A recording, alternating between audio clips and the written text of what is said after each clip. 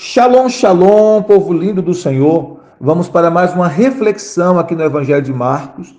E hoje estaremos refletindo sobre Marcos, capítulo de número 8, versículo 34 a 38.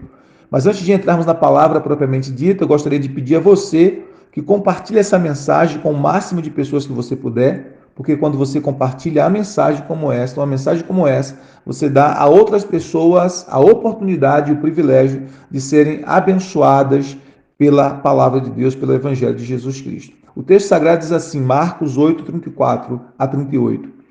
Então, convocando a multidão e juntamente os seus discípulos, disse-lhes: Se alguém quer vir após mim, a si mesmo se negue, tome a sua cruz e siga-me.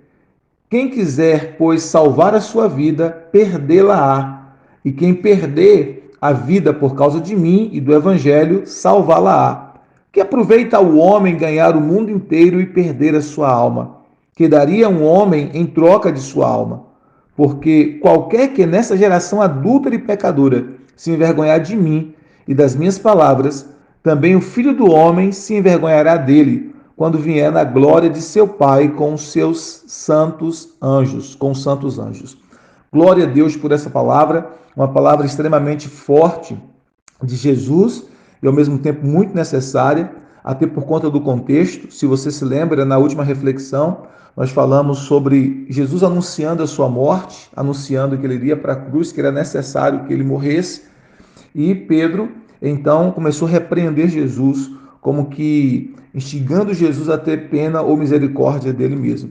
E nesse segundo momento aqui, quando Jesus convoca a multidão e também os seus discípulos, e ele fala da necessidade de cada um daqueles que desejam segui-lo precisa carregar a sua própria cruz, é como se Jesus dissesse para a multidão e também para os seus discípulos: não apenas eu tenho que carregar a minha cruz, mas cada um de vocês que crê em mim também precisam carregar a sua cruz.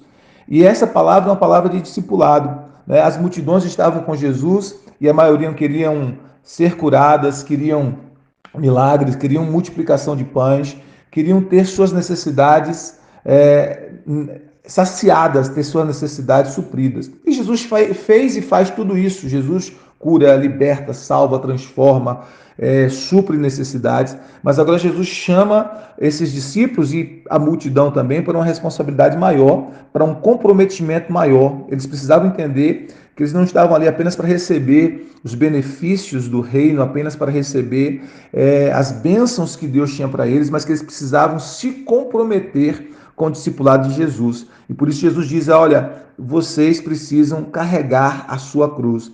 Se alguém quer vir após mim, ou seja, se alguém quer ser meu seguidor, quer ser meu discípulo, precisa fazer uma coisa. Ele diz: a si mesmo se negue, tome a sua cruz e siga-me. Então, no discipulado, é preciso que cada um de nós aprendamos a nos negar a nós mesmos, a negar a vida da alma, a negar o nosso ego. Negar a si mesmo significa que nós negamos a nossa própria vontade para que a vontade de Deus se cumpra em nossa vida. E Jesus nos ensinou o caminho. Ali no Getsemane, enquanto ele estava orando, ele diz: Pai, se possível for, passa de mim este cálice sem que eu o beba. Contudo, não seja feita a minha vontade, mas sim a tua. E Jesus orou 3 vezes, repetindo as mesmas palavras, e o céu se silenciou, mostrando que era a vontade do Pai, que Jesus fosse à cruz, e não apenas isso, que Jesus assumisse toda a nossa penalidade pelo pecado ali na cruz, inclusive está separado de Deus ali na cruz. Jesus entendeu ser essa a vontade de Deus e mesmo não desejando isso pessoalmente, ele se submeteu à vontade do Pai. Ele se submeteu à vontade de Deus. Eu digo estar separado do Pai ali na cruz. Então ele se submeteu a essa vontade de assumir a penalidade máxima pelos nossos pecados, que é estar separado do Pai ali na cruz. Então Jesus nos ensinou com o seu próprio exemplo, a negar a si mesmo e assumir a cruz. Então ele disse para os seus discípulos e para a multidão com muita propriedade: se alguém quer vir após mim, se alguém quer ser meu discípulo, se alguém quer ser meu seguidor, se alguém quer andar comigo, negue-se a si mesmo, ou seja, negue a sua vida da alma, negue o seu próprio ego, negue a sua própria vontade, para que a vontade de Deus se cumpra na sua própria vida. E tome a sua cruz e siga-me. Tomar a cruz é lugar de renúncia, a cruz é lugar de sacrifício, a cruz é lugar de entrega. E é isso que Jesus está nos instigando aqui, a esse compromisso máximo de entrega total e absoluta da nossa vida a Ele, como nosso Senhor e não apenas como nosso Salvador. É entender que Jesus não é apenas o nosso Salvador, mas também o nosso Senhor, o nosso dono. Por isso que nós precisamos nos comprometer com Ele nesse nível. E aí ele diz no versículo 35, quem quiser, pois, salvar a sua vida, perdê-la-á. E quem perder a vida por causa de mim do Evangelho, salvá-la-á. Então aqui Jesus começa a ensinar por meio de um contraste, né? Aquele que está muito preocupado com a sua vida neste mundo, aquele que está muito preocupado em ganhar a sua vida desse mundo, a vida dessa terra, a vida terrena, a vida da alma, esse vai acabar perdendo a verdadeira vida. E quem está disposto a perder essa vida aqui, essa vida do mundo, essa vida da alma, né? Por causa de Jesus, por causa do Evangelho de Jesus, esse realmente vai ganhar a verdadeira vida. Então há um contraste.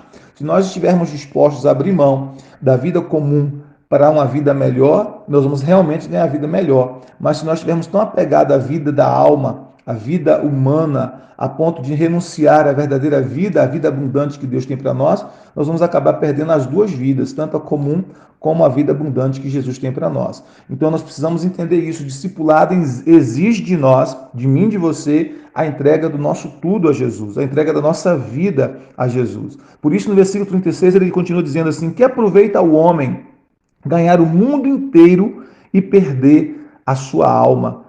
Que daria um homem em troca da sua alma? Então, o que adianta nós ganharmos tudo, mas perdermos a nossa alma? Né? E aqui não apenas a alma no sentido de perder na eternidade, isso está incluso também, mas não apenas nisso, mas de se perder, de perder a sua essência, de perder-se de si mesmo, a ponto de você não se reconhecer mais no final da sua vida, a sua identidade, o seu propósito, por que você foi criado por Deus, de você se perder nas ilusões dessa vida, nesse corre-corre desenfreado, para ter mais sucesso, fama aos olhos do mundo, aplausos do mundo, ser ovacionado pelo mundo, mas de fato acabar se perdendo daquilo que Deus criou você para ser, do propósito de Deus. Isso não fala apenas de perder a alma no sentido da eternidade, mas também de se perder.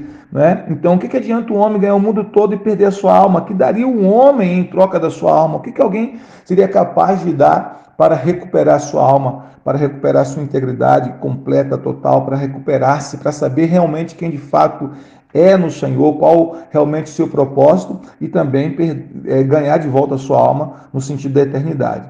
Porque aí Jesus diz assim no versículo 38, porque qualquer que nessa geração adúltera e pecadora se envergonhar de mim e das minhas palavras, também o Filho do Homem se envergonhará dele, quando vier na glória de seu Pai com os santos anjos. Então aqui Jesus adverte com mais severidade ainda, né? Qualquer que nessa geração adúltera e pecadora se envergonhar de mim e das minhas palavras. Observe que Jesus equipara suas palavras com ele, né? Porque não dá para dissociar Jesus das suas palavras, né? As palavras de Jesus e ele estão intrinsecamente ligados. Por isso que Jesus disse: quem se envergonhar de mim e das minhas palavras, também o Filho do Homem se envergonhará dele quando vier na glória de seu Pai com seus santos anjos. Que nós não tenhamos vergonha do Senhor Jesus e nem de suas palavras. Que nós possamos ter a maior alegria de proclamar a nossa fé em Jesus, mesmo diante de adversidades, mesmo diante de contextos de perseguição, mesmo diante de lutas, mesmo quando nós somos muitas vezes até mesmo ridicularizados, até dentro de nossa casa, por nossa fé em Cristo Jesus, que nós não tenhamos vergonha de expressar, de declarar a nossa fé em Jesus, de que nós pertencemos a Ele, que nós não tenhamos vergonha das suas palavras. Jesus diz: quem se envergonhar de mim e das minhas palavras nessa geração pecadora, nessa geração adúltera, também o Filho do Homem se envergonhará dele quando vier na glória de seu Pai. Nenhum de nós queremos que o Senhor se envergonhe de nós quando ele vier, né? Na verdade, todos nós queremos ouvir do Senhor, ou a maioria de nós quer ouvir do Senhor quando ele voltar, as palavras dizendo: vinde bendito do meu Pai e possui o reino preparado para vós desde a fundação do mundo. É isso que eu desejo ouvir do Senhor. Eu não desejo que o Senhor diga para mim: eu não te conheço. Pelo contrário, eu desejo ouvir do Senhor: venha bendito do meu Pai e possua o reino preparado para você desde a fundação do mundo. Jesus disse: quem se envergonhar dele e das suas palavras, ele também se envergonhará diante dos santos anjos, diante do Pai. Mas eu não quero que Jesus se envergonhe de mim. Eu quero que Jesus me chame, que eu ouça a voz dele me chamando para estar no reino eterno. E você? Qual é o seu desejo? Qual é a sua escolha? Nós precisamos escolher hoje carregar a nossa cruz. Não é fácil, é uma renúncia todos os dias, morrer todos os dias para nós mesmos, morrer todos os dias para a nossa própria vontade, nas mais distintas áreas da nossa vida, no trabalho, em casa, na família, no casamento, na criação de filhos, na igreja, no amar pessoas, no perdoar, em tantas e tantas áreas da nossa vida, nós vamos precisar aprender a nos negar a nós mesmos e tomar a cruz de Jesus diariamente em várias áreas da nossa vida. E só pela graça do Senhor é que a gente consegue.